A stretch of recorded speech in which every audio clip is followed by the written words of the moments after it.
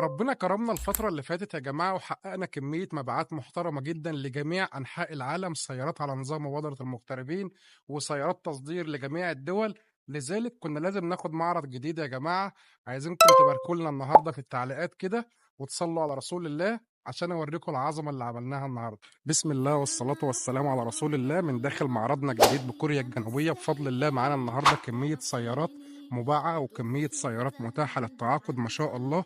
ربنا يبارك لأصحاب السيارات يا رب.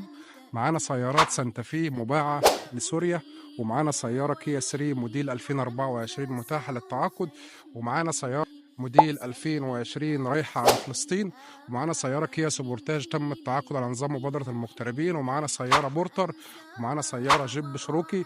السيارات كلها بفضل الله مباعة على نظام مبادرة المغتربين. في بعض السيارات هي اللي متاحة. لو انت محتاج تستورد سيارة من كوريا الجنوبية تواصل معانا.